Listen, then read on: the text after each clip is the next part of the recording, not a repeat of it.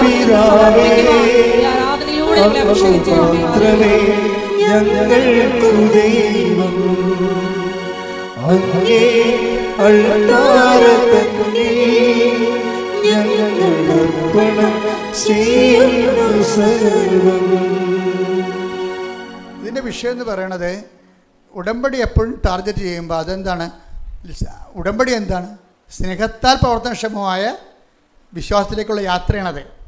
അപ്പം അതുകൊണ്ട് എന്താ ചെയ്യണമെന്ന് പറഞ്ഞാൽ ചില കാര്യങ്ങളെ നമ്മൾ ആക്ടിവേറ്റ് ചെയ്യണമെങ്കിൽ നമ്മളുടെ പ്രാർത്ഥന പോരാതെ വരും, ഉപവാസം പോരാതെ വരും. മനസ്സിലായില്ലേ?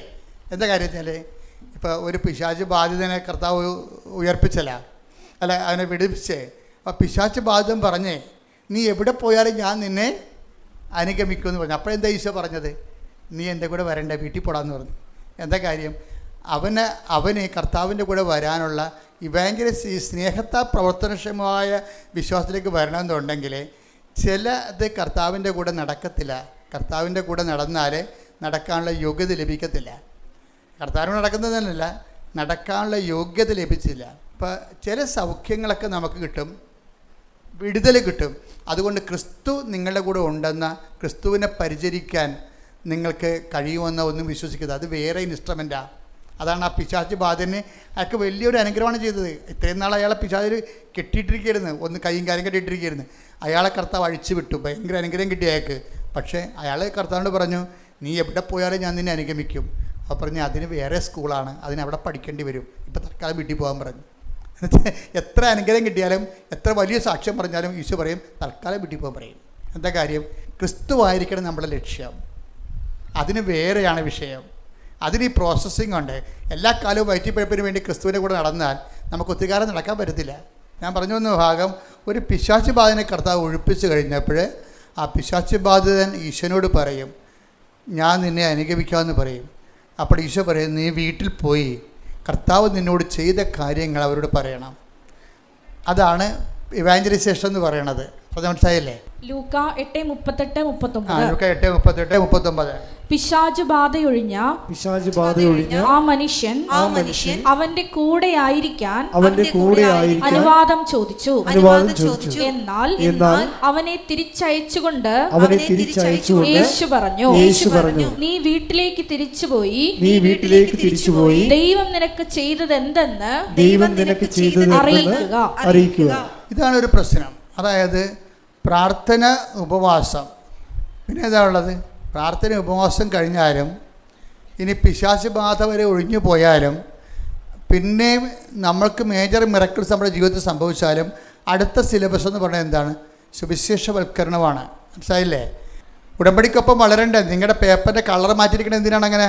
കളർ മാറ്റാൻ കാര്യം നിങ്ങളുടെ ഗ്രേഡ് നിശ്ചയിക്കുകയാണ്. പച്ച, പിന്നെന്താണ് നീല, പിന്നെന്താണ് വെള്ള, പിന്നെന്താണ് സിൽവർ ഗ്രേ. ഇനി ഇന്ദ്രനീലമുണ്ട്, കൊടുത്തിട്ടില്ല, കൊടുക്കും. ഇവാഞ്ചലിസ്റ്റ് മാത്രമേ ഇന്ദ്രനീലം കൊടുക്കത്തുള്ളൂ. അത് അങ്ങനെ ഒരാളെ കണ്ടെത്തണം നമ്മൾ. എന്താ വിഷയം എന്ന് പറയണത്? ഈ ഉടമ്പടി പുതുക്കുന്നവർ ശ്രദ്ധിച്ച് കേൾക്കണം ഈ ക്ലാസ്സുകൾ. അതായത് ആ പച്ചയുടെ കാലം കഴിയുമ്പോൾ പ്രഥമ പാഠം പിന്നിട്ടു. പിന്നെന്താണ്? പക്വതയിലേക്കുള്ള വളർച്ചയാണ്. പിന്നെന്താണ്? അവിടെ ഉപവാസത്തിനാണ് പ്രാധാന്യം വരണത്. ആദ്യം പ്രാർത്ഥനയ്ക്ക് പ്രാധാന്യം, പിന്നെ ഉപവാസത്തിന് പ്രാധാന്യം, പിന്നെ വെള്ള വന്നു കഴിഞ്ഞാൽ സ്നേഹത്താൽ പ്രവർത്തനക്ഷമമായ വിശ്വാസം. ഗലാത്യർ 5:6 അവിടെ വർക്കൗട്ട് ചെയ്യണത്. ആ സ്നേഹത്താൽ പ്രവർത്തനക്ഷമമായ വിശ്വാസത്തിൻ്റെ ഇടയ്ക്ക് വെച്ച് ആബ്സൻസ് ഓഫ് ഗോഡ് സംഭവിക്കും. ദൈവത്തിന് കാണത്തില്ല. നമ്മൾ തലകുത്തി നിന്ന് പ്രാർത്ഥിച്ചാലും ദൈവത്തിന് ഒരു ദൈവാനുഭവം നമുക്ക് ഫീൽ ചെയ്യത്തില്ല. ഈ സമയത്ത് നടക്കാൻ പഠിക്കണം. ഇരുട്ടിൽ നടക്കാം. ഇതിപ്പോൾ നമ്മൾ ഞാനൊരു കാര്യം ചെയ്യട്ടെ. ഈ ഇരുട്ടിൽ നടക്കണമെങ്കിൽ ഇപ്പോൾ നിങ്ങളുടെ വീട്ടിൽ ഈ ആദ്യം പ്രാർത്ഥനാ ജീവിതം, പിന്നെ ഉപവാസ ജീവിതം, ഇതെല്ലാം മിക്സഡാണേ. അങ്ങനെ നമ്മൾ വളർന്ന് വചനം കേട്ട് വളർന്ന് അനുഭവങ്ങൾ കിട്ടി, അതിനെ റെസ്പോണ്ട് ചെയ്ത് നമ്മൾ കർത്താവിൻ്റെ അനുഭവം പ്രാപിച്ച് വളർന്ന് നമ്മൾ നല്ല പക്വതയായി കഴിഞ്ഞാലും കുറേ സമയത്ത് പിന്നെ പറയും, നീ ഇങ്ങനെ എൻ്റെ കൂടെ. ചില ആൾക്കാരുണ്ടല്ലോ ഒരു പണിക്കും പോകാതെ കർത്താവിൻ്റെ കൂടെ. ഇപ്പം ഞാനൊരു ആളെ എടുക്കണമെങ്കിൽ ഞാൻ നോക്കണം, വീട്ടിൽ നിന്നെക്കുറിച്ച് എന്ത് പറയണമെന്ന് ചോദിക്കും ഞാൻ. വീട്ടുകാർക്ക് എല്ലാ പ്രകൃതവും അറിയാം നിങ്ങളുടെ. അതുകൊണ്ട് ഒരാളെക്കുറിച്ച് വീട്ടുകാരെന്ത് പറയുന്നു എന്നുള്ളതാണ് അവരാൾ സുവിശേഷം സ്വീകരിച്ചോ ഇല്ലെന്ന് അറിയണത്. വീട്ടുകാർക്ക് നിങ്ങളെക്കുറിച്ചുള്ള അസസ്മെൻ്റ് എന്താണ്? നിങ്ങളുടെ കക്ഷത്ത് ബൈബിളുണ്ട്, കൈ കൊന്തമുണ്ട്, കാണുമ്പോഴൊക്കെ നിങ്ങൾ തുറന്നു നോക്കുന്നുണ്ട്, ഓരോ കാര്യം പറയുന്നുണ്ട് നിങ്ങൾ. പക്ഷേ വീട്ടുകാർക്ക് അസസ്മെൻ്റ് എന്താണ്? അതാണ് നിങ്ങളുടെ സ്റ്റാറ്റസ് എന്ന് പറയണത്. അതാണ് നിങ്ങൾ. ഇപ്പം ഇവനെന്താ പറയണത്? കർത്താവിനോട് പറഞ്ഞു എവിടെ പോയാലും ഞാൻ നിൻ്റെ കൂടെ ഉണ്ടാകുമെന്ന്. അപ്പം ഈശോ പറഞ്ഞ് അങ്ങനെ അത്രയും നീ വളർന്നിട്ടില്ല, നീ ആദ്യം നീ ആരാണെന്ന് അറിയാൻ വേണ്ടി വീട്ടിൽ ചെന്ന് നോക്കാൻ പറയും. വീട്ടിൽ നിന്ന് പറയാൻ പറഞ്ഞു. വീട്ടിലുള്ളവരോട് നീ സുവിശേഷം ജീവിച്ച് നോക്ക്, എന്നിട്ട് തിരിച്ചു വരാൻ പറയും. ഏറ്റവും സുവിശേഷം ജീവിക്കാൻ പാട് എവിടെയെന്ന് അറിയാവാ? നമ്മുടെ വീട്ടിലാണ്. പള്ളിയിൽ സഭയിൽ പോലും പ്രശ്നമില്ല. സുവിശേഷം ജീവിക്കാൻ ഏറ്റവും പാട്. അതുകൊണ്ടാണ് നിങ്ങളുടെ കൂട്ടുകാർ നിങ്ങളെ വിശ്വസിക്കാത്തത്. പലരെയും നിങ്ങൾ പ്രാർത്ഥനയൊക്കെ കാണുമ്പോൾ ഉടമ്പടിയൊക്കെ പോകുമ്പോൾ അവർ ചിരിക്കണില്ലേ ചിലർ? കാര്യം എന്താ? ഇത് പാക്കനാർ എന്താണ് ഞാൻ പറഞ്ഞില്ല, എന്ത് സംഭവമാണ്? പാക്കനാരൊരു കായും കൊണ്ട് പോയായിരുന്നല്ലേ?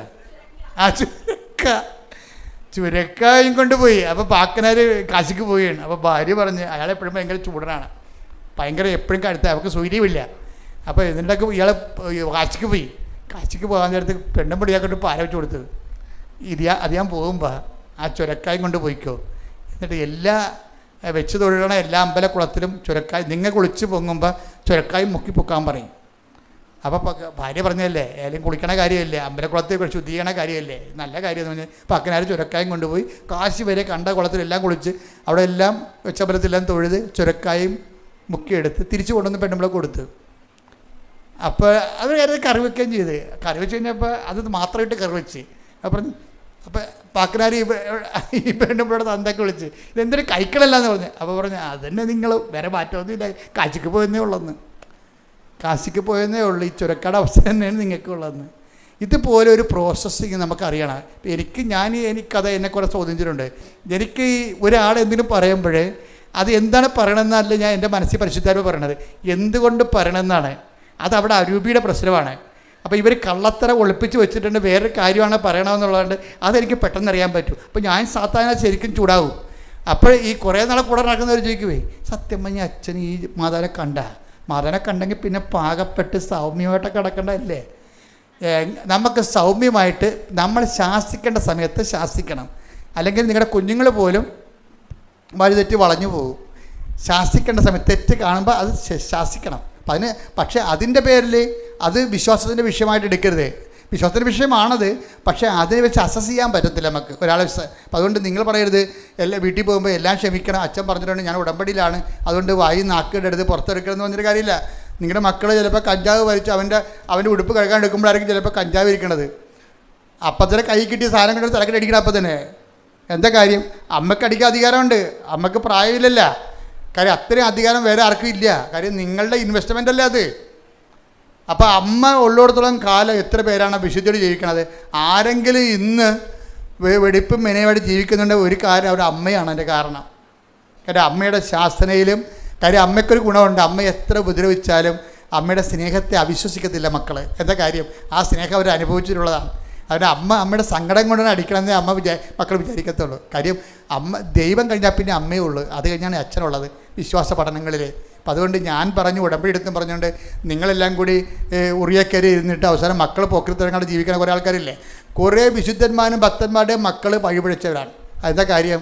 അവർ വിശുദ്ധി കീപ്പ് ചെയ്യാൻ വേണ്ടി വാഗം മിണ്ടാ പ്രാണികളായിട്ട് നടന്നിട്ട് മക്കൾക്ക് അവരുടെ അത് തരമായിട്ട് എടുത്തിട്ട് അവർക്ക് അവരുടെ ഇഷ്ടം പോലെ അവർ ജീവിക്കും. അത് ഞാൻ ഇടവക കണ്ട കാര്യങ്ങളാണ്. അപ്പം അതുകൊണ്ട് നിങ്ങളെപ്പോഴും ശ്രദ്ധിക്കേണ്ട വിഷയം ഇതാണ്. ഈ ഉടമ്പടിയുടെ വിഷയത്തിൽ നമ്മൾ വിഷയവും വിശ്വാസ വളർച്ചയും വളരെ ബന്ധപ്പെട്ട കാര്യങ്ങളാണ്. കാരണം വിശ്വാസം നല്ലതിനെ സംബന്ധിച്ചിടത്തോളം ഓരോ ഘട്ടം ചെല്ലുമ്പോഴും നമ്മൾക്ക് വളർച്ച ഉണ്ടാകണം, വളർച്ച രേഖപ്പെടുത്തണം. വളർച്ച രേഖപ്പെടുത്താത്തത് കൊണ്ടാണ് അതേ വിഷയം റെക്കർ ചെയ്യണത്. നമ്മളത് പഠിച്ചതാണ്, നമ്മൾ ആ വിഷയം വന്ന് ഇന്ന നിലപാട് എടുക്കത്തുള്ളൂ എന്ന് കണ്ടു കഴിഞ്ഞാൽ പിന്നീട് കർത്താവ് ആ വിഷയം മാറ്റിയിട്ട് വേറെ സബ്ജക്റ്റ്. ഒരു കാര്യം വ്യക്തമാണ്, ആ സമയത്ത് നിങ്ങൾ എന്നോടൊന്നും ചോദിക്കത്തില്ല എന്ന് പറയുന്ന വിശ്വാസത്തിൻ്റെ 3-ാം തലമുറയാണ്. എന്താ കാര്യം? എൻ്റെ കർത്താവിന് എന്നെക്കുറിച്ച് എല്ലാം അറിയാം, ദൈവം അറിഞ്ഞുകൊണ്ടാണ് ഇത് സംഭവിക്കുന്നത്. അതുകൊണ്ട് ഞാൻ എൻ്റെ അമ്മയെപ്പോലെ ഞാൻ ഹൃദയത്തിൽ സംഗ്രഹിച്ചു. അതാണ് അവിടെ ഈ വിശ്വാസത്തെ, പ്രവർത്തനക്ഷമമായ വിശ്വാസത്തിൻ്റെ ആൾരൂപമാണ് അമ്മ. എന്താ കാര്യം? ഏറ്റവും സങ്കടകരമായ വിഷയം വന്നാലും ഹൃദയത്തെ സംഗ്രഹിക്കും. അതെന്താ കാര്യം? അത് യോഹന്നാൻ 16:23 ആ ദിവസങ്ങളിൽ നിങ്ങൾ എന്നോടൊന്നും ചോദിക്കത്തില്ല. ചോദിക്കാൻ എന്തു ചെയ്യും? ഹൃദയത്തിൽ സംഗ്രഹിക്കും. അതേക്കുറിച്ച് സ്വന്തമായിട്ട് ധ്യാനിക്കും. ധ്യാനിച്ച് ദൈവത്തിൻ്റെ പദ്ധതി സ്വന്തമായിട്ട് കണ്ടെത്തും. അതാണ് പരിശുദ്ധ അമ്മ. ശ്രദ്ധിക്കട്ടെ. ഹല്ലേലൂയ.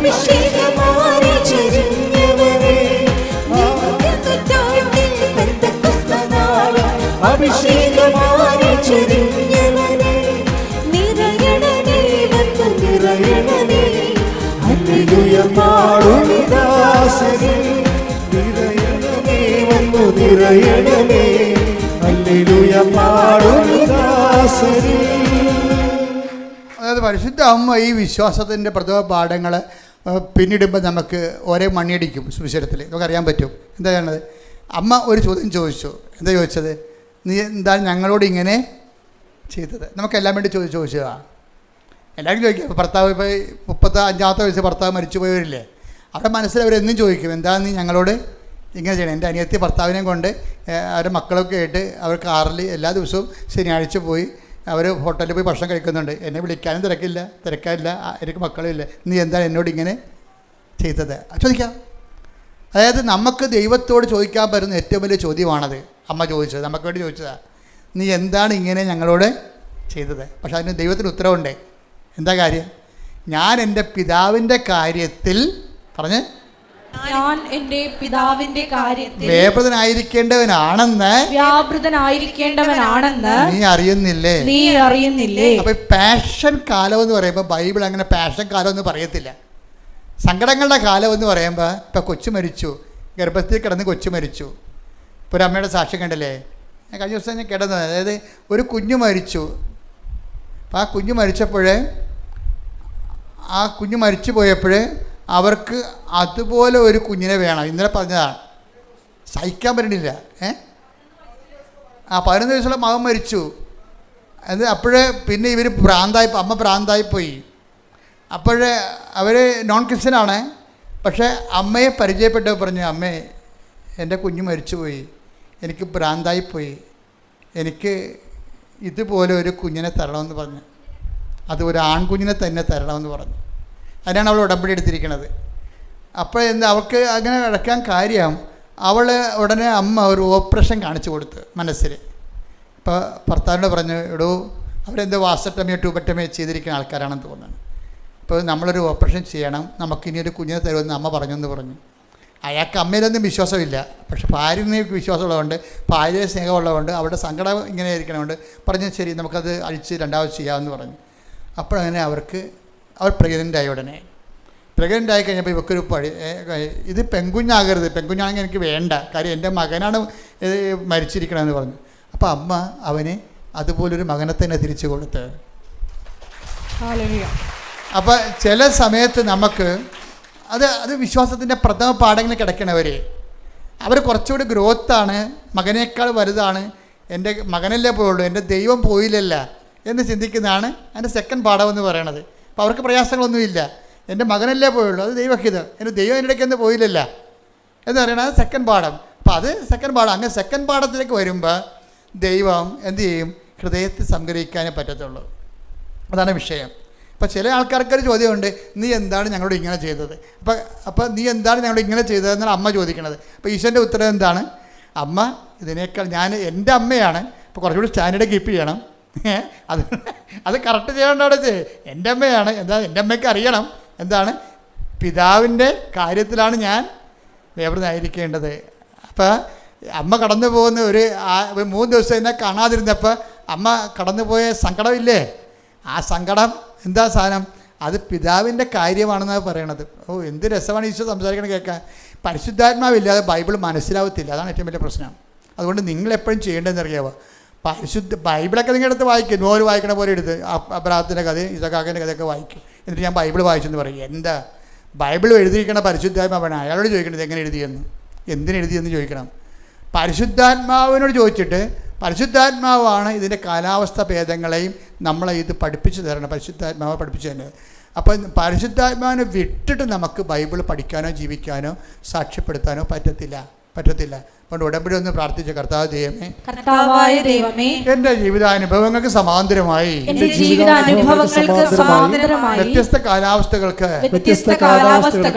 വേണ്ടി എഴുതപ്പെട്ടിട്ടുള്ള വ്യത്യസ്ത വചനങ്ങളിലൂടെ ദൈവത്തെ അനുഭവിച്ച് ദൈവസ്നേഹത്തിന്റെ സാക്ഷികളായി ജീവിക്കുവാൻ എന്നെ സഹായിക്കണമേ.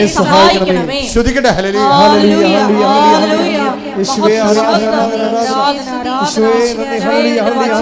അഭിഷേകത്തോടെ വായിക്കുവാൻ, അർത്ഥമറിഞ്ഞ് വായിക്കുവാൻ ആരാധനയിലൂടെ പ്രത്യേക അഭിഷേകം നൽകണമേ.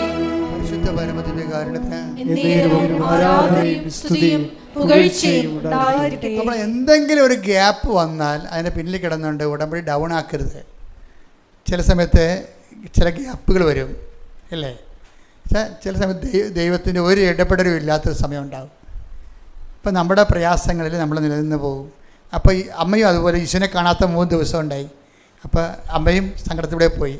അപ്പം അമ്മ അത് തിരിച്ച് ചോദിച്ചു, എന്തുകൊണ്ടാണ് നീ ഇങ്ങനെ ഞങ്ങളോട് ചെയ്തത് അല്ലേ? എന്തുകൊണ്ടാണ് നീ വായിച്ച ഭാവം വായിച്ചേ? ലൂക്ക 2:48. അവനെ കണ്ടപ്പോൾ മാതാപിതാക്കൾ വിസ്മയിച്ചു. അവന്റെ അമ്മ അവനോട് പറഞ്ഞു, മകനെ നീ ഞങ്ങളോട് ഇങ്ങനെ ചെയ്തതെന്ത്? നിന്റെ പിതാവും ഞാനും ഉത്കണ്ഠയോടെ നിന്നെ അന്വേഷിക്കുകയായിരുന്നു. അവൻ അവരോട് ചോദിച്ചു, നിങ്ങൾ എന്തിനാണ് എന്നെ അന്വേഷിച്ചത്? ഞാൻ എന്റെ പിതാവിന്റെ കാര്യങ്ങളിൽ വ്യാപൃതനായിരിക്കേണ്ടതാണെന്ന് നിങ്ങൾ അറിയുന്നില്ലേ? ഈ പിതാവിന്റെ കാര്യം എന്ന് പറഞ്ഞാൽ എന്താണെന്നറിയാമോ? എപ്പോഴും നമ്മൾ ശ്രദ്ധിക്കണം. ഈ ആബ്സൻസ് ഒക്കെ വരുമ്പോഴെല്ലാം നമുക്ക് പ്രാർത്ഥനയ്ക്ക് ഉത്തരവില്ലാത്ത ദിവസങ്ങളുണ്ടാകും. ശ്രദ്ധിക്കണം മക്കളെ, അച്ഛൻ പറയണത്. പ്രാർത്ഥനയ്ക്ക് ഉത്തരമില്ലാത്ത അടിയന്തര സാഹചര്യങ്ങൾ വരും. അത് ശരിക്കും പറഞ്ഞാൽ നമുക്ക് വേദനയും ക്ലേശവുമായിരിക്കും ആ സമയത്ത് ഉണ്ടാകണത് ഇല്ലേ? അപ്പോൾ നമ്മൾ ചോദിക്കും, ഞാൻ ഉടമ്പടി എടുത്താണല്ല, എന്തായാലും ഞങ്ങളോട് ഇങ്ങനെ ചെയ്യണമെന്ന് നമ്മൾ ചോദിക്കും, ദൈവത്തോട് ചോദിക്കും. അപ്പോൾ ചോദിക്കുമ്പോൾ കർത്താവ് എന്താ പറയണത്? അത് പിതാവിൻ്റെ കാര്യമാണ്. എന്താ കാര്യം? പിതാവിൻ്റെ കാര്യം എന്താണ്? അതായത് പിതാവിൻ്റെ കാര്യമെന്ന് പറയുമ്പോൾ ഈശോ പിതാവിൽ നിന്ന് കൊണ്ടുവന്നത് എന്താണെന്ന് നമ്മൾ അറിയണം. നമ്മുടെ ജോലി, വീട്, വിവാഹം, പറമ്പ് വാങ്ങിക്കൽ അങ്ങനെയുള്ള ഏർപ്പാടല്ല. അത് പിതാവ് ഈശോയുമായിട്ട് ബന്ധമില്ലെങ്കിലും സാധാരണ നിരീക്ഷകന്മാർക്ക് പോലും കിട്ടുന്ന കാര്യങ്ങളാണ്. പിതാവിൽ നിന്ന് ഈശോ കൊണ്ടുവന്ന തനത് ഗിഫ്റ്റ് എന്താണ്? കൃപയും സത്യവും അവൻ വഴി ഉണ്ടായി. അതാണ് കൃപയാണ് പിതാവിൽ നിന്ന് കൊണ്ടുവന്നത്. ഈശോ കൊണ്ടുവന്നത് എന്താണ്? കൃപ. എപ്പോഴും കൃപയെക്കുറിച്ച് പറയുമ്പോൾ പിതാവിനെ പിക്ചറിൽ ബൈബിളിൻ്റെ ഒരു രസം രീതി അതാണ്. കൃപയെക്കുറിച്ച് പറഞ്ഞാൽ ഉടനെ ബൈബിള് പിതാവിനെ കൊണ്ടുവരൂ. അതാണ് 12:18 എടുത്തേ. 12:18. ഇതാ ഞാൻ തിരഞ്ഞെടുത്ത എന്റെ ദാസൻ, എന്റെ ആത്മാവ് പ്രസാദിച്ച എന്റെ പ്രിയപ്പെട്ടവൻ, ഞാൻ അവന്റെ മേൽ എന്റെ ആത്മാവിനെ അയക്കും. പിതാവിൽ നിന്ന് കൊണ്ടുപോകുന്നത് എന്താണ്? ഈ ആത്മാവാണ്. മനസ്സിലായില്ലേ?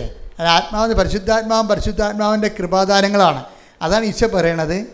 ഞാൻ പിതാവിനോട് ചോദിക്കുകയും, പിതാവെന്ന് പറഞ്ഞാൽ പിന്നെ പരിശുദ്ധാത്മാവിന് നടപടിക്രമമെന്ന് അതിൻ്റെ അർത്ഥം. എന്താ കാര്യം? പിതാവിനോട് ഞാൻ ചോദിക്കുകയും നിങ്ങൾക്ക് MAക്ക് അഡ്മിഷൻ മേടിച്ച് തരികയും ചെയ്യും. അങ്ങനെയാണ് പറഞ്ഞത്? അല്ല, അതാണ് പ്രശ്നം. ഈ ക്യാഷ് ആൻഡ് കൈൻഡ് പരിപാടിക്ക് പിതാവുമായി ഡയറക്റ്റ് ബന്ധമില്ല. It is already given. അത് നമ്മുടെ ബുദ്ധിയും ബോധവും അനുസരിച്ച് നമ്മളത് ആർജിച്ചെടുക്കുകയാണ് ചെയ്യണത്. പിതാവ് രംഗത്ത് വന്ന പിതാവിൻ്റെ കാര്യമെന്ന് പറഞ്ഞ് വന്നാൽ അത് എന്താണ് സംഭവം? പിതാവിനോട് ചോദിക്കുകയും, എടുത്ത് വായിച്ചതിനെടുത്ത്, നിത്യം നിങ്ങളോടുകൂടി ആയിരിക്കാൻ മറ്റൊരാശ്വാസകനെ വായിച്ചേ. ശ്രദ്ധിക്കട്ടെ. ഹല്ലേലൂയ, ഹല്ലേലൂയ, ഹല്ലേലൂയ, ഹല്ലേലൂയ, ഹല്ലേലൂയ. യോഹന്നാൻ 14:16. യോഹന്നാൻ 14:16. ഞാൻ പിതാവിനോട് അപേക്ഷിക്കുകയും ഞാൻ പിതാവിനോട് അപേക്ഷിക്കുകയും എന്നേക്കും നിങ്ങളോട് കൂടെ ആയിരിക്കാൻ മറ്റൊരു സഹായകനെ അവിടുന്ന് നിങ്ങൾക്ക് തരുകയും ചെയ്യും. അതായത് പിതാവിൻ്റെ കാര്യം എന്ന് പറയണതിൻ്റെ ഒരു കാര്യം, പരിശുദ്ധാത്മാവിനെ നമുക്ക് ലഭിക്കുന്നതാണ് പിതാവിൻ്റെ കാര്യം. ആബ്സൻസ് ഓഫ് ഗോഡ്, അതുപോലെ നമ്മുടെ പ്രാർത്ഥനയ്ക്ക് ക്യാഷ് ആൻഡ് കൈൻഡായിട്ട് ഉത്തരം കിട്ടണില്ല എങ്കിൽ ദൈവത്തെ പോലും കാണാത്തൊരു കാലമായിട്ട് ഇപ്പോൾ പൗലോസിൻ്റെ കപ്പൽ അനുഭവത്തിൽ പറയത്തില്ലേ, കുറേ നാളത്തേക്ക് സൂര്യനെ കണ്ടില്ലെന്ന്. അങ്ങനെ അത് നമ്മുടെ ജീവിതത്തിലുണ്ടാവും. ജീവിതയാത്രയാണ്, കുറേ നാളത്തേക്ക് നമുക്ക് ദൈവാനുഭവം ഇല്ല. അപ്പോൾ ഈ മണ്ടന്മാരെന്നാ ചെയ്യുന്നറിയാവുക, രാവിലെ എഴുന്നേക്കാൻ താമസിക്കും. പ്രത്യക്ഷ പ്രാർത്ഥന വേണമെങ്കിൽ ചിലർ ശങ്കരാടിയുടെ ഒരു സിനിമയില്ലേ, കൈനീട്ടം വൈകുന്നേരം കിട്ടിയാൽ മതിയാന്ന് ചോദിക്കണില്ലേ, അതുപോലെ പ്രത്യക്ഷ പ്രാർത്ഥന ഉച്ചയ്ക്ക് ചെല്ലിയാൽ മതിയാന്ന് ചോദിക്കും. അപ്പോൾ ഇത് കൈവിട്ട് പോകുന്നതിൻ്റെ അർത്ഥം എന്താ കാര്യം?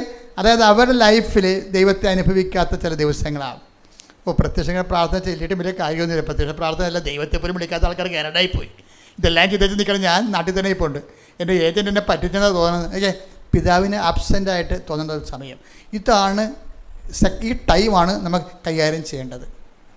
അതായത് അനുഭവങ്ങൾ ഘടകവിരുദ്ധമായിട്ട് വരുമ്പോഴും അമ്മ ചോദിച്ചു, ഇതെന്താ ഞങ്ങളോട് ഇങ്ങനെ ചെയ്തത്? അപ്പോൾ എന്താ പറഞ്ഞത്? ഞാനല്ല ചെയ്തത്, പിതാവാണ്. ഇതാണ് വിഷയം. അപ്പോൾ അത് നമ്മുടെ ക്യാഷാക്കാരന് വേണ്ടിയുള്ള കാര്യമല്ല. അതെന്തിനാണ്? പിതാവിൻ്റെ കാര്യം എന്താണ്? ഞാൻ പിതാവിനോട് ചോദിക്കുകയും നിങ്ങളുടെ ആയിരിക്കാൻ വേണ്ടി. അപ്പോൾ എന്താ ഒന്ന് മാറ്റിപ്പിടിക്കാനാണ് പറയണത്. മനസ്സിലായില്ല? സ്ഥലം വിൽക്കണേ എന്ന് പറഞ്ഞുകൊണ്ട് കാണുന്ന ഇനി ഇവിടുന്ന് വെച്ച് കലവൂര് പോയി നൊവേന കൂടും, അപ്പുറത്ത് പോയി വേറെ ധ്യാനം കൂടും. എന്തിനാണ് സ്ഥലം വിൽക്കണേ? ഇതാണ് ഇവരുടെ തലയിരിക്കണത്. അപ്പോൾ ദൈവം പറയും, മാറ്റിപ്പിടിക്കാൻ പറയും. എന്താ കാര്യം?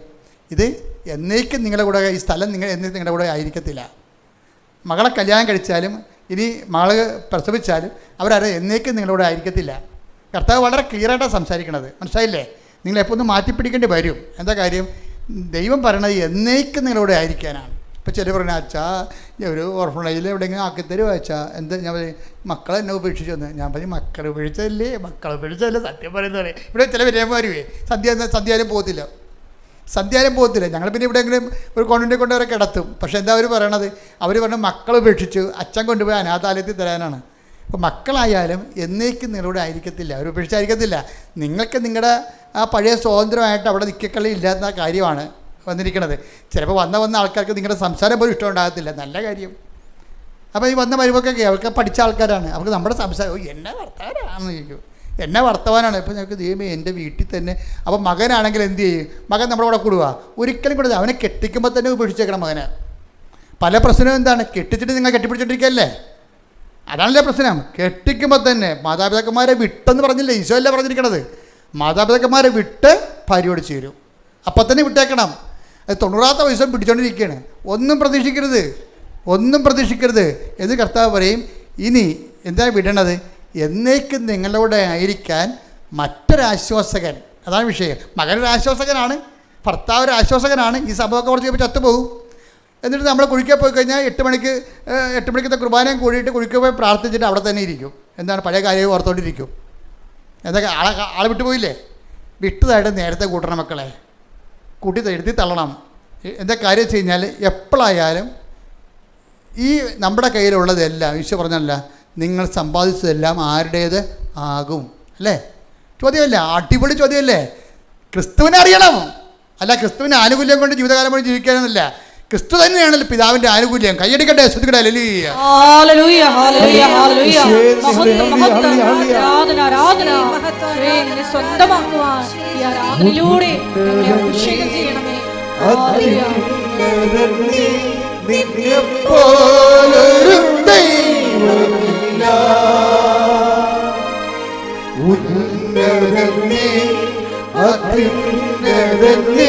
നിന്നെപ്പോലൊരു ദൈവമില്ല. അത്ഭുതമാ അതിശയമാ നീ മാത്രമേ ദൈവമെന്നും. അത്ഭുതമാ അതിശയമായി നീ മാത്രമേ ദൈവമെന്നും. പരിശുദ്ധ പരമദിവ്യകാരുണ്യത്തിന് എന്നേരവും ആരാധനയും സ്തുതിയും പുകഴ്ചയും പരിശുദ്ധ പരമദിവ്യകാരുണ്യത്തിന് എന്നേരവും ആരാധനയും സ്തുതിയും പുകഴ്ചയും ഉണ്ടായിരിക്കട്ടെ. അതായത് എന്നേക്കും നിങ്ങളുടെ ആയിരിക്കാൻ മറ്റൊരാശ്വാസം അയച്ചു തരികയും ചെയ്യും. ആബ്സൻസിൻ്റെ കാര്യം ഇതുപോലെ ചില സമയത്ത് നീ ഞങ്ങളോട് ഇങ്ങനെ ചെയ്തത് എന്താണ്, ഞാൻ നിൻ്റെ പിതാവും കൂടി എന്തോരം നിന്നെ അന്വേഷിച്ചതെന്ന് അറിയാമോ? നിങ്ങൾ എന്തിനാണ് എന്നെ അന്വേഷിച്ചത്? എന്തിനാണ് നിങ്ങൾ ആദി കൊണ്ടത്? എന്തിനാണ് നിങ്ങൾ ഉത്കണ്ഠപ്പെട്ടത്? എന്തിനാണ് നിങ്ങൾ കണ്ണീർ വാർത്തത്? എന്താ കാര്യം? ഇത് പിതാവിൻ്റെ സമയമാണെന്ന് അറിയാൻ പാടില്ലേ? പിതാവിൻ്റെ സമയം എന്താണ്?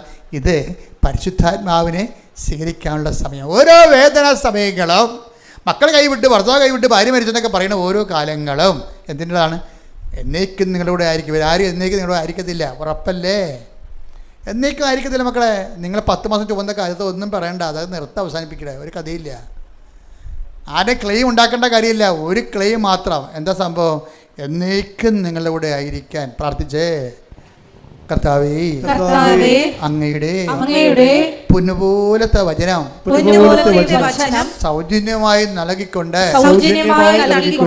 എന്നേക്കും എന്റെ കൂടെ ആയിരിക്കാൻ പിതാവിന് ലഭിക്കുന്ന പരിശുദ്ധാത്മാവിനാൽ എന്നെ അഭിഷേകം ചെയ്യണമേ. നാളുകളിൽ നിങ്ങൾ എന്നോട് ഒന്നും ചോദിക്കാതിരിക്കാൻ ഈ വെള്ളം കുടിക്കുന്നവൻ നീ ദാഹിക്കും. ഞാൻ തരുന്ന വെള്ളം കുടിക്കുന്നവർക്ക് ദാഹിക്കുകയില്ല. നീ തരുന്ന വെള്ളമായ പരിശുദ്ധാത്മാവിനെ ദാഹിക്കുന്നവൻ എൻ്റെ അടുത്ത് വരട്ടെ. തിരുനാളിന്റെ മഹാദിനത്തിൽ അവൻ എഴുന്നേറ്റ് ഉച്ചത്തിൽ പറഞ്ഞു, ആർക്കെങ്കിലും ദാഹിക്കുന്നെങ്കിൽ അവൻ എൻ്റെ അടുത്ത് വരട്ടെ. എന്നിൽ വിശ്വസിക്കുന്നവരുടെ ഹൃദയത്തിൽ നിന്ന് ജീവജലത്തിന്റെ അരുവികൾ ഒഴുകാം. തന്നിൽ വിശ്വസിക്കാനിരുന്നവരെ സ്വീകരിക്കാനിരുന്ന പരിശുദ്ധാത്മാവിനെ കുറിച്ചാണ് അവനത് പറഞ്ഞത്.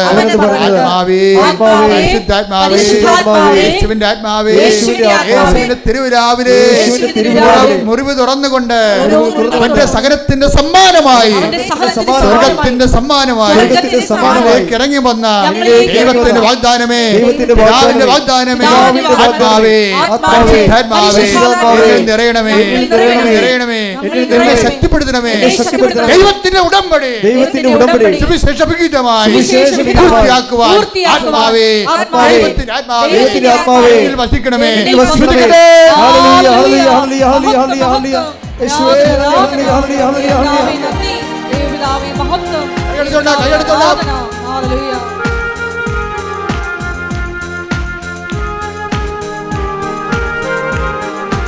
സന്തോഷത്തോടെ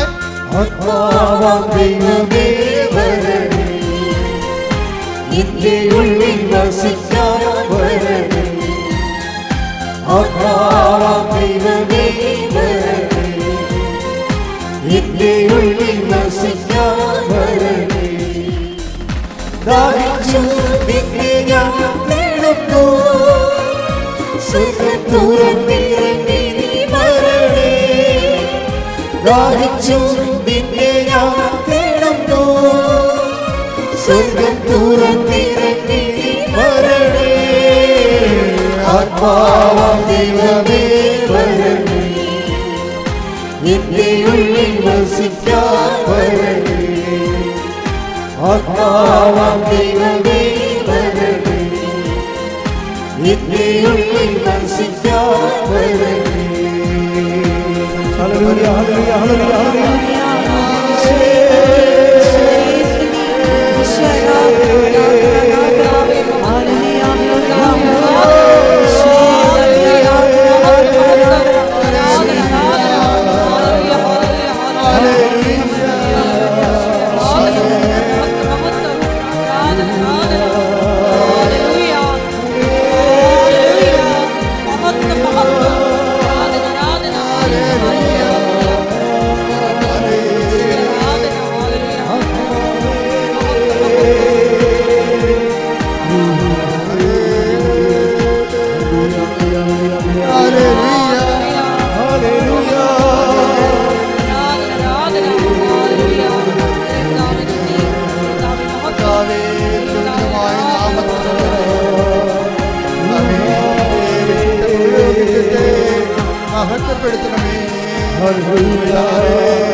സഭയിലുള്ള സാന്നിധ്യം പ്രകടമാക്കണമേ.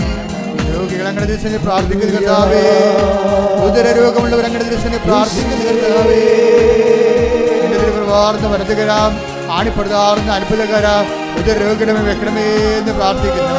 കർത്താവേ നിന്റെ കണ്ണ ചൊരിയണമേ, കർത്താവേ നിന്റെ കണ്ണ ചൊരിയണമേ, കർത്താവേ മുഴുകിടുന്ന വിശുദ്ധമായ രക്തത്താൽ കരരോഗികളെ സുഖപ്പെടുത്തുമെന്ന് പ്രാർത്ഥിക്കുന്നു. കർത്താവേ നിന്റെ വിശുദ്ധമായ രക്തത്താൽ കരരോഗികളെ സുഖപ്പെടുത്താൻ പ്രാർത്ഥിക്കുന്നു. കർത്താവേ കണ്ണ തോന്നണമേ, മുഴുകിടത്തോർത്തിന് കണ്ണ തോന്നണമേ, രാവിലെ മുഴുവൻ കരുതണമേ. കർത്താവേ കണ്ണ തോന്നണമേ, കർത്താവേ ആണിപ്പെടുത്താത്ത അത്ഭുതകരങ്ങളോർത്ത് കണ്ണ തോന്നണമേ, കർത്താവേ കര തോന്നണമേ, കരചരണങ്ങളിലെ ആണിപ്പെടുത്തോർത്ത് കൂടി കർത്താവേ അങ്ങനെ മക്കളോട് കണ്ടോന്ന് മാർഗരോഗങ്ങള്, പീഡാവേദികള്, ജീവിത ദുരിതങ്ങള്, യേശുവിന്റെ നാമത്തിൽ മാർഗരോഗങ്ങള്, പീഡാവേദികള്, ജീവിത ദുരിതങ്ങള്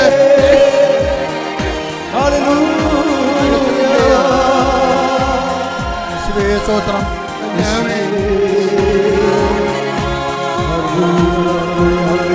കർത്താവേ കണ്ണ തോന്നണമേ, കർത്താവേ കണ്ണ തോന്നണമേ. ജോലിയില്ലാത്തവര്, വീടില്ലാത്തവര്, വഴിയില്ലാത്തവര്, ജോലിക്ക് വേണ്ടി ശ്രമിച്ചിട്ട് ലഭിക്കാത്തവര്, കർത്താവേ മാനസിക ഡിപ്രഷനുള്ളവര്, മനസ്സമാധാനം ഇല്ലാത്തവര്, കർത്താവേ ചരണങ്ങളിലെ ആണ് പഴുതുകൾ ഓർത്തുകൊണ്ട് കർത്താവേ ഉച്ചമുതൽ ഉള്ളംകാല് വരെ കർത്താവിൻ്റെ രക്തം പടരട്ടെ. എല്ലാ കോശങ്ങളിലും കർത്താവിൻ്റെ രക്തം പടരട്ടെ. എല്ലാ പേശികളിലും കർത്താവ് രക്തം പടരട്ടെ. എല്ലാ ഞാടി ഞരമ്പുകളിലും കർത്താവ് രക്തം പടരട്ടെ. കർത്താവേ കണ്ണ തോന്നണമേ, വിശുദ്ധ പൗരോഹിത്യത്തെ മഹത്വപ്പെടുത്തണമേ. ശ്രുതികട്ടെ ശ്രുതികട്ടെ പൗരോഹിത്യത്തെ മഹത്വപ്പെടുത്തണമേ. കർത്താവേ കണ്ണ തോന്നണമേ. മക്കളില്ലാത്തവരെ സ്പർശിക്കണമേ കർത്താവേ. ഭ്രാന്തി രോഗികളെ സ്പർശിക്കണ കർത്താവേ. ഭ്രാന്തുള്ളവരെ സ്പർശിക്കണ കർത്താവേ. മാനസിക രോഗങ്ങളുള്ളവരെ സ്പർശിക്കണ കർത്താവേ. ഉറക്കമില്ലാത്തവരെ സ്പർശിക്കണ കർത്താവേ. കർത്താവേ കണ്ണ തോന്നണമേ, കർത്താവേ കണ്ണ തോന്നണം. നിന്റെ തിരുവിലാവിലെ മുറിവിനെ ഓർത്തുകൊണ്ട് കർത്താവേ കണ്ണ തോന്നണമേ. നിന്റെ ആണിപ്പെടുത്താവുന്ന അത്ഭുത കരങ്ങൾ ഓർത്തുകൊണ്ട് കർത്താവേ കണ്ണ തോന്നണമേ. ചിരങ്ങ് രോഗികളെ, ചോരത്തവേ, ത്വക്ക് രോഗികളെ, പിച്ചില രോഗികളെ, PCOD രോഗികളെ കർത്താവേ കണ്ണ തോന്നണമേ. കർത്താവേ സ്പോണ്ടിലോസിസ് അസുഖമുള്ളവരെ കണ്ണ തോന്നണമേ കർത്താവേ. ഓട്ടിസം രോഗികളെ കണ്ണ തോന്നണമേ കർത്താവേ. അപസ്മാര രോഗികളെ കണ്ണ തോന്നണമേ കർത്താവേ. കർത്താവേ കണ്ണ തോന്നണമേ. എൻ്റെ കർത്താവിൻ്റെ ഉന്നതമായ നാമത്തിൽ, സഭയുടെ അധികാരത്തിൽ, കുരിശിന്റെ അടയാളത്തിൽ, ദൈവത്തിന്റെ ശക്തിയാൽ മാരക രോഗങ്ങള്, തീരാവേദികള്, ജീവിത ദുരിതങ്ങള് യേശുവിന്റെ നാമത്തില്, യേശുവിന്റെ നാമത്തില് മാറിപ്പോകട്ടെ. ശ്രുതിക്കട്ടെ ശ്രുതിക്കട്ടെ.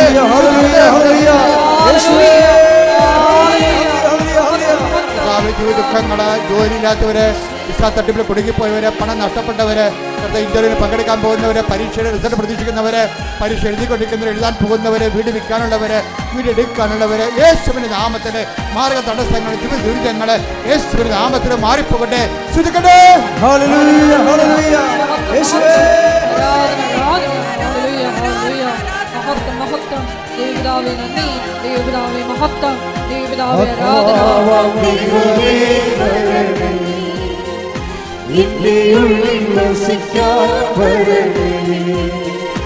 ആത്മാവാം ദൈവമേ വരണേ, ഉള്ളിൽ വസിക്കാൻ വരണേ. ദാഹിച്ചു നിന്നെ ഞാൻ തേടുന്നു, സ്വർഗം തുറന്നിറങ്ങി നീ വരണേ. ദാഹിച്ചു നിന്നെ ഞാൻ തേടുന്നു, സ്വർഗം തുറന്നിറങ്ങി നീ വരണേ. ആത്മാവാം ദൈവമേ വരണേ, എന്റെ ഉള്ളിൽ വസിക്കാൻ വരണേ. കണ്ണുകളടച്ച് കൈകൾ കൂപ്പി കർത്താവിൻ്റെ സാന്നിധ്യം നിറഞ്ഞു നിൽക്കുന്ന സമയമാണ്. കൈകൾ ഒതുക്കി വെച്ചുകൊണ്ട് മാതാവിൻ്റെ മാധ്യസ്ഥ ഈശോൻ്റെ സന്നിധിയിലേക്ക് വരാനിടയാക്കിയ ഇന്നത്തെ ദിവസത്തെ ഓർത്തുകൊണ്ട് മനസ്സുകൊണ്ട് നന്ദി പറയുക. മലമൂത്രങ്ങൾ അറിയാതെ പോകുന്ന രോഗിയെ കർത്താവ് കാണിക്കുന്നുണ്ട്. ആ രോഗിയെ കർത്താവ് സുഖപ്പെടുത്തിയിരിക്കുന്ന 67 വയസ്സിനും 57 വയസ്സിനും ഇടയ്ക്കാണ് ആ രോഗിയുടെ പ്രായം. കർത്താവ് വ്യക്തിയെ കിടക്കുമ്പോൾ വെറുതെ ആ വ്യക്തിക്ക് ബോധമില്ല, മലമൂത്രങ്ങൾ അറിയാതെ പോയിക്കൊണ്ടിരിക്കുന്ന ഭയങ്കരമായ സങ്കടമാണ് ആ കുടുംബത്തിന്. കർത്താവ് അത് ഏറ്റെടുക്കുന്നതായി കാണിക്കുന്നുണ്ട്. യേശുവേ നന്ദി, യേശുവേ ആരാധന. കൊല്ലണമെന്ന് അതല്ലെങ്കിൽ ഒരു തരം കിട്ടിയ ഉപദ്രവിക്കണമെന്ന് വിചാരിച്ചുകൊണ്ട് ഒരു പാര വെക്കണമെന്ന് പറഞ്ഞ് അമ്പ ചെയ്തുകൊണ്ട് നിൽക്കുന്ന സംഭവമാണ്. കർത്താവ് വില്ല് മറച്ച് വയ്ക്കുകയാണ്. എന്നാൽ മറ്റുള്ളവരെ ഉപദ്രവിക്കണം എന്നുള്ള നിൻ്റെ മനസ്സ്, നിന്നെ ഉപദ്രവിച്ചവരെ, നിന്നെ കൊച്ചാക്കിയൊരു താത്തി കെട്ടിയവരെ തരം കിട്ടിയാൽ അവരോട് അതേ രീതി നാണയത്തിൽ തന്നെ പ്രതികരിക്കണമെന്ന് ആഗ്രഹിക്കുന്നവരുണ്ട്. പരിശുദ്ധാത്മാവ് പ്രവർത്തിക്കത്തില്ല. അതുകൊണ്ട് ആ വെള്ളം വാങ്ങിവെക്കാൻ ഈശോ പറഞ്ഞിരിക്കുന്നു. അത് നടപ്പിൽ വരുത്തുക. കർത്താവ് തീർച്ചയായിട്ടും എൻ്റെ വൈരാഗ്യബോധത്തെയും പകയെയും ഞാൻ എടുത്തു മാറ്റുന്നു. പകരം സ്നേഹവും ക്ഷമയും ദയയും നന്മയും വിശ്വസ്തയും കൊണ്ട് എന്നെ നിറക്കണമെന്ന് ആ വ്യക്തികൾ സ്വന്തമായിട്ട് പ്രാർത്ഥിക്കട്ടെ. തോളിനും കഴുത്തിനും ഇടയ്ക്ക്, കണ്ണിനും നമ്മുടെ ഈ ആംഗിളിലെ എവിടെയോ ഒരു മുഴയുണ്ട്. അതായത് ചെവിക്കും തോളിനും ഇടയ്ക്ക്, ചെവിയുടെ താഴെ കാണുന്ന മുഴകളെ കർത്താവ് സ്പർശിച്ച് സൗഖ്യത്തേക്ക് നയിക്കുന്നു. ശ്രദ്ധിക്കട്ടെ. ഹല്ലേലൂയ, ഹല്ലേലൂയ, ഹല്ലേലൂയ, ഹല്ലേലൂയ. യേശുവേ നന്ദി. ഹല്ലേലൂയ. തൊലി മാറി മാറി വരികയും തലം മസിലിൻ്റെ ഭാഗം മാംസം ശോഷിച്ചു വരികയും എല്ലുന്തി വരികയും എല്ലിന് ക്രമാതീതമായ വളർച്ച പ്രാപിക്കുകയും എല്ല് കൊത്തുന്ന സ്ഥലങ്ങളിൽ വേദനിക്കുകയും ചെയ്യുന്ന എല്ലിനെ കർത്താവ് സൗഖ്യപ്പെടുത്തിക്കൊണ്ടിരിക്കുന്നത്. ശ്രദ്ധിക്കട്ടെ. ഹല്ലേലൂയ, ഹല്ലേലൂയ, ഹല്ലേലൂയ, ഹല്ലേലൂയ, ഹല്ലേലൂയ. യേശുവേ നന്ദി. ഹല്ലേലൂയ. വീണ്ടും കക്ഷത്ത് മാറാതെ വേദന, എപ്പോഴും രോഗങ്ങളിൽ മുഴകൾ പൊങ്ങി വരും, ചിലപ്പോൾ ചൊട്ടിപ്പോകും. അത് സാധാരണമാണ്, സ്വാഭാവികമാണ്, നീറിറങ്ങി വീഴാണ് നമ്മൾ കരുതും. പക്ഷെ അങ്ങനെ അല്ലാത്തൊരു മുഴയെ കർത്താവ് ഇപ്പോൾ സൗഖ്യപ്പെടുത്തിക്കൊണ്ടിരിക്കുന്നത്. കൈയടിച്ച് ശ്രദ്ധിക്കട്ടെ. ഹല്ലേലൂയ, ഹല്ലേലൂയ. യേശുവേ നന്ദി, നന്ദി കർത്താവേ. ഹല്ലേലൂയ. നന്ദി പറയുന്നു. ഹല്ലേലൂയ. ടി എന്ന അക്ഷരത്തിൽ തുടങ്ങുന്ന വീണ് പോയെന്ന് കരുതുന്നു. ടി എന്ന അക്ഷരത്തിൽ തുടങ്ങുന്ന പേര് വീണ് പോയെന്ന് കരുതുന്നു. ഇനി മുന്നോട്ട് ഒന്നിനും ഞാനില്ല. മരിക്കും വരെ എവിടെയെങ്കിലും ഒതുങ്ങി ജീവിക്കാം. ഭക്ഷണം തന്നെ വേണമെന്നില്ല. ഡിപ്രഷൻ്റെ അവസാന രൂപമായി. ജീവിതത്തെ അഭിമുഖീകരിച്ച് തോറ്റ്, അല്ലെങ്കിൽ അയാളെ തോപ്പിച്ചു. ദൈവം തോപ്പിക്കാതെ നിന്നെ ആർക്കും തോപ്പിക്കാൻ കഴിയത്തില്ലെന്ന് പരിശുദ്ധ അമ്മ പറയുന്നു.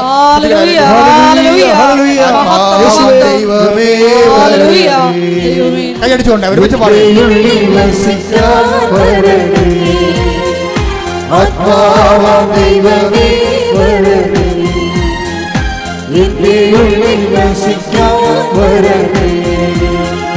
ദാഹിച്ചു നിന്നെ ഞാൻ തേടുന്നു, സ്വർഗ്ഗം തുറന്നിറങ്ങി നീ വരണേ. ദാഹിച്ചു നിന്നെ ഞാൻ തേടുന്നു, സ്വർഗ്ഗം തുറന്നിറങ്ങി നീ വരണേ. ആത്മാവാം ദൈവമേ വരണേ, എന്റെ ഉള്ളിൽ വസിക്കാൻ വരണേ. അമേരിക്കയിൽ ധ്യാനിപ്പിച്ചപ്പോഴേ അവിടെ ഫിലാഡൽഫിയയിൽ അവിടെ ധ്യാനിപ്പിക്കാൻ എന്നെ വിളിച്ച അച്ഛൻ, ഫിലിപ്പച്ചൻ, ലെനിൻ അച്ഛൻ എന്നോട് ചോദിച്ചു.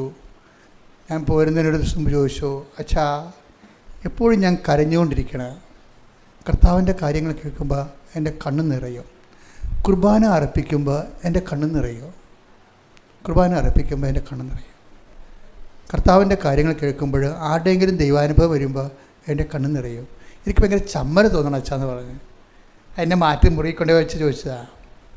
ആത്മീയ കാര്യമായതുകൊണ്ട് നിങ്ങൾക്കും ഇത് ചിലപ്പോൾ ഗുണം ചെയ്യുമെന്ന് വിചാരിച്ചുകൊണ്ടാണ് ഞാൻ നിങ്ങളോട് പറയണത്. അപ്പോൾ എന്നോട് ചോദിച്ചാൽ അത് എന്താണെന്ന് ചോദിച്ചു. അപ്പോൾ ഞാൻ പറഞ്ഞു അച്ഛൻ അപ്പോൾ അച്ഛൻ CP വർക്കി അച്ഛൻ്റെ പുസ്തകം ഒന്ന് വായിക്കണം, ജീവൻ്റെ പ്രകാശം എന്നാണ് എൻ്റെ പേരെന്ന് ഞാൻ പറഞ്ഞു. CP വർക്കി അച്ഛനെ മരിച്ചുപോയി, നമ്മുടെ ഷാലോവിൻ്റെ അച്ഛനായിരുന്നു, ഷാലോവിൻ്റെ സ്പിരിച്വൽ ഫാദറായിരുന്നു, വലിയ അച്ഛനായിരുന്നു. അപ്പോൾ അദ്ദേഹം ഒരു പുസ്തകം എഴുതിയിട്ടുണ്ട്, ജീവൻ്റെ പ്രകാശം. അതിൻ്റെ അകത്ത് ഒരു വാക്ക് മുഴുവനും കണ്ണീരിൻ്റെ വരങ്ങളെക്കുറിച്ച്, ദ ഗിഫ്റ്റ് ഓഫ് ടീയേഴ്സ്. ഇപ്പോൾ ഞാൻ ഇവിടെ വന്നപ്പോൾ നമ്മുടെ സെക്ഷൻ ആൾക്കാർ അത് തന്നെ പറഞ്ഞുകൊണ്ടിരിക്കണം. ഇപ്പോൾ ഞാൻ തമ്മിൽ ഇൻ്റർ കണക്റ്റഡാണ്. അച്ഛൻ പറഞ്ഞത് ഈ ആഴ്ചയിൽ, അതായത് ഏഞ്ചൽസ് താര എന്ന് പറഞ്ഞൊരു മോള് ഉടമ്പടി എടുത്ത്. ഇപ്പോൾ ഏഞ്ചൽ താരയുടെ പ്രശ്നം എന്ന് വെച്ച് കഴിഞ്ഞാൽ അവൾ MSc സ്റ്റുഡൻ്റാണ്, കെമിസ്ട്രി. പക്ഷേ അവളുടെ തീസിസ് എല്ലാം റിജക്റ്റ് ചെയ്യണം. അവിടെ ഈ ഗൈഡുമാരുടെ ഭാരം താങ്ങണം എന്തുമാത്രം ഈ മക്കൾക്ക് ഉണ്ടെന്നറിയാമോ? ഈ ഗൈഡുമാരായിട്ടുള്ളവരോടൊന്ന് കേൾക്കണേ, നിങ്ങളുടെ താഴെ വർക്ക് ചെയ്യുന്നവരോട് കുറച്ച് കരുണ കാണിക്കണം. നിങ്ങളുടെ വിദ്യാഭ്യാസത്തിൻ്റെയും സങ്കീർണമായ നിങ്ങളുടെ ഔന്നത്യം അവിടെ മേലെ അടിച്ചേൽപ്പിക്കാൻ വേണ്ടി നോക്കിയിട്ട് കാര്യമില്ല. അവരുടെ ടെൻഷൻ, അവരാണെങ്കിൽ പ്രോജക്റ്റ് ചെയ്യുന്നവർ അനുഭവിക്കുന്ന ടെൻഷൻ നിസ്സാര ടെൻഷനല്ല. ഒത്തിരി പേര് അമ്മ ഉടമ്പടിയിൽ രക്ഷപ്പെടുത്തിയിട്ടുണ്ട്, ഞാൻ ആ സാക്ഷ്യം കേട്ടിട്ടുണ്ട്. അപ്പോൾ ഇവരുടെ പ്രശ്നം വെച്ചാൽ എല്ലാം ക്യാൻസൽ ചെയ്ത് കളയും, എല്ലാം ഒരു ഡീപ്രമോട്ട് ചെയ്ത് കളയും, ഒരു പ്രോജക്റ്റും അംഗീകരിക്കത്തില്ല. ഇവർക്ക് ഭ്രാന്ത് പിടിച്ചു. എന്നാൽ ഇവൾ എബവ് ആവറേജ് നല്ല എലഗൻറ്റ് സ്റ്റുഡൻ്റാണ്, നല്ല കോൺഫിഡൻസ് ഉള്ള ആളാണ്. പക്ഷേ ഇയാളുടെ അടുത്ത് തോറ്റു പോകണം. അപ്പോൾ അവൾ അവസാനം ജീവിതം അടിയറ വെച്ചപ്പോൾ ആരോ പറഞ്ഞ് ഉടമ്പടി എടുത്ത അമ്മ മാതാവ് ഹെൽപ്പ് ചെയ്യുമെന്ന് പറഞ്ഞു. ഉടനെ കൊച്ചു വന്ന് ഉടമ്പടി എടുത്ത്, ഈ ഏഞ്ചൽ താര വന്ന് ഉടമ്പടി എടുത്ത് കഴിഞ്ഞപ്പോൾ പിന്നീട് ലൈഫ് ഉടമ്പടി ചില ആൾക്കാർക്ക് ഞാൻ ഷിക്കാഗോയിൽ ധ്യാനിപ്പിച്ചപ്പോൾ അവിടുത്തെ ഒരു അച്ഛൻ എന്നോട് പറഞ്ഞതെന്നറിയുക, എൻ്റെ അച്ഛനീ നടത്തിയ ധ്യാനമില്ലേ, ഇതിൻ്റെ അകത്തൊരു 20 വെള്ളക്കാർ പങ്കെടുത്തിരുന്നെങ്കിൽ അമേരിക്ക നന്നായേനെന്ന്. ഞാൻ എന്താ അങ്ങനെ പറയണത്? അല്ല, അവർ ഉടമ്പടി അവർ ചെയ്തില്ല, പക്ഷേ അവർ വിശ്വസിക്കുന്ന കാര്യം കൃത്യമായിട്ട് ചെയ്തിരിക്കും. ഉടമ്പടിയുടെ ഈ കാര്യം എല്ലാം അവർ ചെയ്യും. നമുക്കിനി അങ്ങനെയൊന്ന് ചിന്തിക്കുക അച്ഛാന്ന് പറഞ്ഞിട്ട് പോയി. എന്നുവെച്ചാൽ ആ മലയാളികളെന്ന് പറയുമ്പോൾ പകുതി ചെയ്യും, ഈ ഞാൻ പറഞ്ഞു വവ്വാലി കടിച്ച പോലെ ഇരിക്കും, പകുതി കടിക്കും, താഴെ കളയും.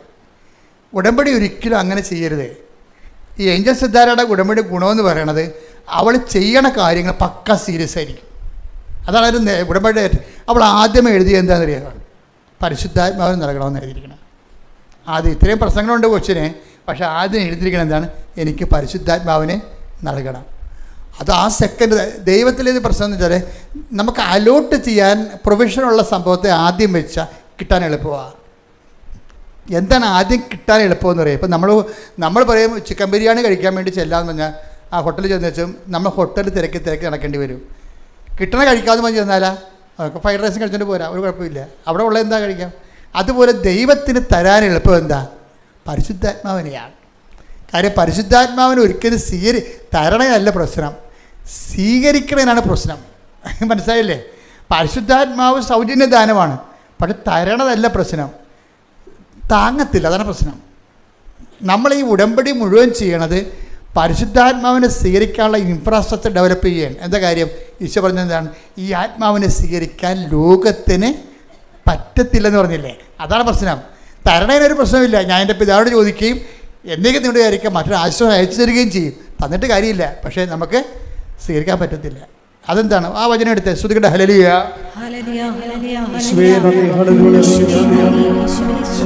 14:17 യോഹന്നാന്റെ സുവിശേഷം. ഈ സത്യാത്മാവിനെ സ്വീകരിക്കാൻ ലോകത്തിന് സാധിക്കുകയില്ല. ഈ ലോകമാണ് ഈ പ്രോബ്ലം നിൽക്കുന്നത്.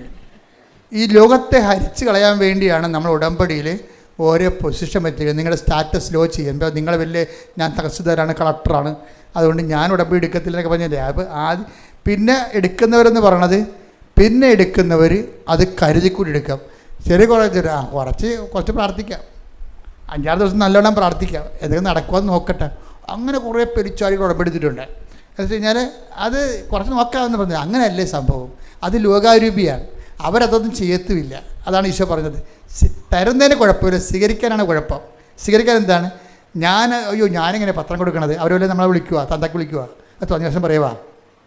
അപ്പം അവരെങ്ങനെയാണ് അത് ചെയ്യണത്? കഴിഞ്ഞ ദിവസം വിജയകുമാർ സാർ പറഞ്ഞു, ഞാൻ യൂത്തിൻ്റെ ഒരു സർക്കിൾ ഉണ്ടാക്കാൻ പോവുകയാണ്. എന്തിനാണ്? കൂട്ടത്തോടെ സുവിശേഷ പോലെ ചെയ്യാൻ. ഒറ്റക്ക് പോയി കഴിഞ്ഞാൽ ആൾക്കാർ എന്തെങ്കിലുമൊക്കെ പറയുമ്പോൾ അവർക്ക് മനസ്സും എടുക്കും. ഞാനൊന്നും മിണ്ടില്ല, അങ്ങനെ പുള്ളിക്ക് ചെയ്യട്ടെ എന്ന് വിചാരിച്ചു. പക്ഷേ കൃപാസനത്തിൽ എന്താണ്? ഒറ്റക്ക് പോകണം. തന്തയ്ക്ക് വിളി കേട്ടാലും ഒറ്റക്ക് പോകണം. എന്താ കാര്യം? നിൻ്റെ കൂടെ മാതാവുണ്ടെന്നുള്ള ബോധ്യം. സഞ്ചാരി മാതാവല്ലേ അല്ലേ? അല്ല കൂട്ടം കൂടി ആയിട്ടാണ് പോണത്? അല്ല, ഒറ്റക്ക് പോകണം. കർത്താവിൻ്റെ കൂടെയുണ്ട്, ഞാൻ നിന്നെ ആശ്രയിച്ച് അയക്കുന്നു. അപ്പോൾ അപ്പോഴാണ് ദൈവത്തിൻ്റെ ഇവാഞ്ചലിസ്റ്റ് പ്രേക്ഷിതനായി പോണത്. അല്ല, ഇത് പാർട്ടി പ്രവർത്തനം അല്ലല്ലോ, കൂട്ടം കൂടി പോയി വട്ട് പിടിക്കാനില്ലല്ലോ. അപ്പം അത് ഒരാൾ പോകുമ്പോൾ എന്തെങ്കിലും ചിലപ്പോൾ നിങ്ങളൊരു വീട്ടിൽ ചെല്ലുമ്പോൾ എന്താണ് തരണത്? തന്നത് ഭക്ഷിക്കാൻ പറയും. ചിലപ്പോൾ അവർ നമ്മളെ തന്തക്ക് വിളിക്കും, ഏത് ഭ്രാന്താണ് നിങ്ങൾക്ക്, ഇതൊക്കെ പറ്റിപ്പ് കൊണ്ട് അടയ്ക്കണമെന്ന് ചോദിക്കും. അതായത് അപ്പം ഒരു വീട്ടിൽ ചെന്നാൽ കിട്ടണ ഭക്ഷിക്കാനല്ലേ പറയണത്. അല്ല, ഇത് ഞാൻ എടുക്കത്തില്ല, വേറെ തരാൻ പറയുക, ആരും പറയത്തില്ല. അപ്പം കർത്താവിൻ്റെ നാമത്തിലാണ് നമ്മൾ പോണത്. അപ്പം അങ്ങനെ വരുമ്പോൾ പരിശുദ്ധാത്മാവ് നിന്നിൽ ഇങ്ങനെ നിറഞ്ഞു നിൽക്കും. പിന്നെ നീ നേടിയതെല്ലാം എന്താണ്? നിനക്ക് ദൈവം തന്ന ദാനമാണ്. ആ ദൈവം തന്ന ദാനമാണ്. അപ്പോൾ പരിശുദ്ധാത്മാവ് കിട്ടുമ്പോൾ ചില സമയത്തൊരു കാലാവസ്ഥ ചേഞ്ചിങ് ഉണ്ടാവും, അത് കുഴപ്പമില്ല. ദൈവസ്നേഹം ഉണ്ടെങ്കിൽ നമ്മൾ അതിനകത്ത് അക്സെപ്റ്റ് ചെയ്യാൻ തയ്യാറാകും. അതിനകത്ത് അത്തരമുള്ള സംഭവങ്ങളിൽ നമുക്ക് സന്തോഷം ഉണ്ടാകും. അപ്പം അത് പരിശുദ്ധാത്മാവാണ്, ആ സന്തോഷം കൊണ്ടാണ് അതിൽ എപ്പിച്ചു പറയുന്നത്. അപ്പോൾ നിങ്ങൾ ആഹ്ലാദിച്ച് ഉല്ലസിക്കുവിൻ, സ്വർഗത്തിൽ നിങ്ങൾക്കുള്ള പ്രതിഫലം വലുതായിരിക്കുന്നു. ആഹ്ലാദം ഉണ്ടാകുന്ന സംഭവം അതാണ്. ഇപ്പം ഞാൻ പറഞ്ഞു വരുന്നതിൻ്റെ കാരണം, അതായത് ഇങ്ങനെ പരിശുദ്ധാത്മാവിൻ്റെ ഒരു ദാനം എന്ന് പറയുന്നത് ഈ ഗിഫ്റ്റ് ഓഫ് ടിയേഴ്സാണ്. ഗിഫ്റ്റ് ഓഫ് ടിയേഴ്സ് എന്ന് വെച്ചാൽ കർത്താവിനെ കുറിച്ച് കേൾക്കുമ്പോൾ തന്നെ കണ്ണ് നിറയാൻ തുടങ്ങും, വചനം വായിക്കാൻ തുടങ്ങി കണ്ണ് നിറയാൻ തുടങ്ങും. പിന്നെ നീ ദൈവത്തിൻ്റെ സാന്നിധ്യത്തിലാണ് 24 hours എന്ന് സത്യസന്ധമായിട്ട് ഉടമ്പടി ചെയ്യുമ്പോൾ കണ്ണുനീര് പലർക്കും ഉണ്ടാകുന്നുണ്ട്. അവർക്ക് അറിയത്തില്ല എന്താ കണ്ണീരുണ്ടാകുമെന്ന് അറിയത്തില്ല. അതാണ് സംഭവം. ആ അച്ഛൻ പറഞ്ഞില്ല എനിക്ക് ചമ്മൽ പോലെ തോന്നണമെന്ന്. അതല്ല സംഭവം. ദൈവികമായ കാര്യങ്ങളെ കേൾക്കുമ്പോഴും പറയുമ്പോഴും കണ്ണ് നിറഞ്ഞുകൊണ്ടിരിക്കും ദൈവസ്നേഹത്തിൽ. അതായത് അത് ഏത് വിഷയത്തിലാണെങ്കിലും ബൈബിളിൽ കണ്ണീരിനെക്കുറിച്ച് ഒത്തിരി പറയും. നിൻ്റെ കണ്ണീരില്ല ഞാൻ കുപ്പി ശേഖരിക്കും. അതാ കാര്യം. ആത്മഭാരത്തോട് കരയണതാണ്. ദൈവത്തിന് വേണ്ടിയുള്ള ദൈവത്തിൻ്റെ അകത്ത് കയറി ദൈവസ്നേഹത്തോട് ചെയ്യുമ്പോഴാണ്, ദൈവത്തിൽ ആശ്രയിച്ച് ചെയ്യുമ്പോൾ ദൈവസ്നേഹത്തിൽ ഔട്ട് ബേസ്റ്റായി പോകും ആൾക്കാർ. അപ്പം അതുകൊണ്ടാണ് ഈ അങ്ങനെ ഔട്ട് ബേസ്റ്റായിട്ട് ചെയ്യുന്ന സംഭവങ്ങൾ ഞാൻ കുപ്പി ശേഖരിക്കും. അപ്പോൾ 56:8 പറയത്തില്ലേ, പിന്നെ അതുപോലെ കണ്ണീരോടെ വിതക്കുന്നു എന്നൊക്കെ പറയുന്നത്. ഇപ്പം 126:7 പറയത്തില്ല. എന്താ പറയണത്? അവർ കണ്ണീരോടെ വിതക്കുന്നു, ജയഘോഷത്തോടെ കൊയ്തുകൊണ്ട് വരുന്നു എന്ന്. ഇപ്പം കണ്ണീരിൽ വിതക്കുമ്പോൾ ഓർക്കുക, ആത്മാവിലാണ് അഭിഷേകത്തിൽ ആ സംഭവം ചെയ്യണത്. അപ്പം അതിന് ഇവളുടെ ഫലം എന്ന് പറഞ്ഞാൽ എന്താ വെച്ച് കഴിഞ്ഞാൽ, ഉടമ്പടി ചെയ്ത് കഴിഞ്ഞ് പിന്നീട് ആ പണ്ടുണ്ടായിരുന്ന തീസിസ് റെക്കോർഡ് അതുപോലെ തന്നെ കൊണ്ടേ കൊടുത്തപ്പോഴും പിന്നെ എക്സലൻ്റ് ഇയാൾ മാറ്റിക്കളഞ്ഞ ദൈവം. ആ ആളെ അങ്ങേരുടെ മാസ്റ്റർ ഗൈഡിനെ മാറ്റിക്കളഞ്ഞ് മനസ്സ്. അയാളെ മാറ്റിയില്ല, പക്ഷെ അയാളുടെ മനസ്സ് മാറ്റി. എന്താണ്? ഇവൾ പണ്ട് കാണിച്ച് തെറ്റ് വാങ്ങിച്ചിട്ടുള്ള സാധനം തന്നെയാണ് ഇപ്പം പുള്ളിയെ കൊണ്ട് കാണിക്കുമ്പോൾ എല്ലാം ഗുഡ് എക്സലൻ്റ് എന്ന് പറഞ്ഞ് കൊടുക്കണം. ആളെ മാറ്റും. ദൈവത്തിന് ഒരു സമയം മതി. അതാണ് പരിശുദ്ധാത്മാവിനെ തന്നെയാണ് ശരിക്കും പറഞ്ഞാൽ, പ്രത്യേകിച്ച് ഉടമ്പടി പുതുക്കിയ ആൾക്കാർ ഇനി പരിശുദ്ധാത്മാവിന് വളരാൻ വേണ്ടി പ്രത്യേകം ശ്രദ്ധിക്കണമെന്നാണ് എൻ്റെ അർത്ഥം. അതുപോലെ തന്നെ ഒരു സാക്ഷ്യമാണ് നമ്മൾ ഈ പ്രാവശ്യം കേട്ടത്. അതായത് അനിലയുടെ സാക്ഷ്യം. അനിലയുടെ മകൾക്ക് 4ാം ക്ലാസ്സിൽ പെങ്കൊച്ചാണ്. 4ാം ക്ലാസ്സിൽ ഒരു വയറുവേദന ഉണ്ടായി, കൊണ്ടുപോയി ആശുപത്രി കാണിച്ച് സ്കാൻ ചെയ്തു. ആ സ്കാൻ വീട്ടിൽ വെച്ചു. 14ാം വയസ്സിലും വയറുവേദന ഉണ്ടായി അതുപോലെ തന്നെ. അപ്പോൾ അതിന് സ്കാൻ ചെയ്തപ്പോൾ പറഞ്ഞ്, നിങ്ങൾ പണ്ട് ഡോക്ടർ ആദ്യം സ്കാൻ ചെയ്തപ്പോൾ ഡോക്ടറൊന്നും പറഞ്ഞില്ലേ എന്ന് ചോദിച്ചു. ഡോക്ടറൊന്നും പറഞ്ഞില്ല, മരുന്ന് തീർന്നു എന്ന് പറഞ്ഞ്. എന്നാൽ ആ സ്കാൻ റിപ്പോർട്ട് ഉണ്ടോ കയ്യിൽ? അതുണ്ടെന്ന് പറഞ്ഞ്.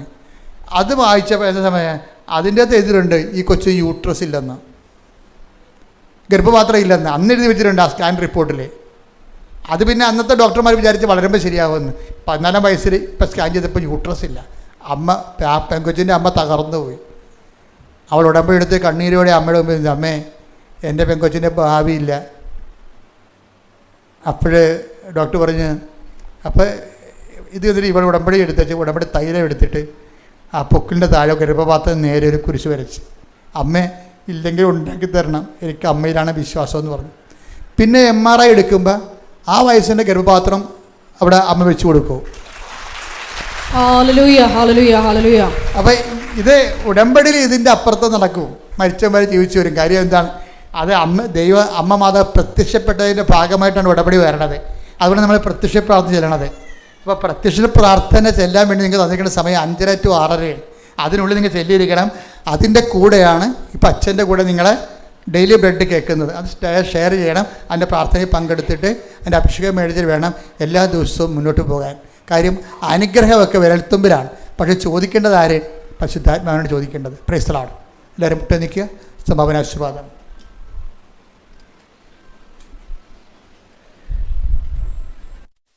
ഒരിക്കൽ കൂടി മരിയൻ ഉടമ്പടിയിൽ സമർപ്പിച്ചിരിക്കുന്ന എല്ലാ വിഷയങ്ങളും ദൈവമാതാവിൻ്റെ മധ്യസ്ഥയിൽ ദിവികാരുണ്യ സന്നിധിയിൽ സമർപ്പിച്ച് നമുക്ക് ഒരു നിമിഷം മൗനമായിട്ട് പ്രാർത്ഥിക്കാം.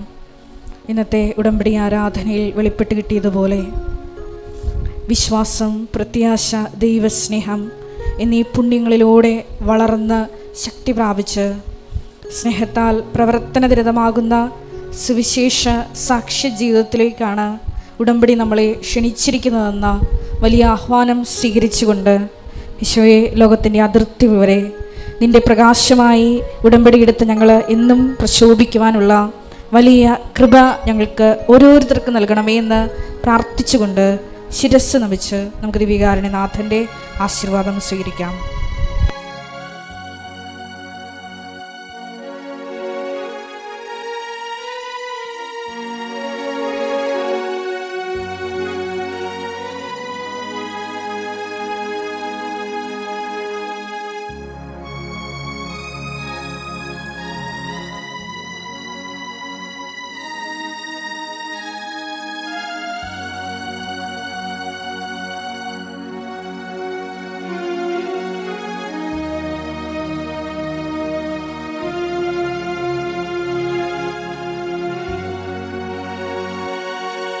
പരിശുദ്ധ പരമമാ ദിവ്യകാരുണ്യമേ എന്നുമെന്നും അങ്ങേക്കാരാധന. പരിശുദ്ധ പരമമാ ദിവ്യകാരുണ്യമേ എന്നുമെന്നും അങ്ങേക്കാരാധന. പരിശുദ്ധ പരമമാ ദിവ്യകാരുണ്യമേ എന്നുമെന്നും അങ്ങേക്കാരാധന.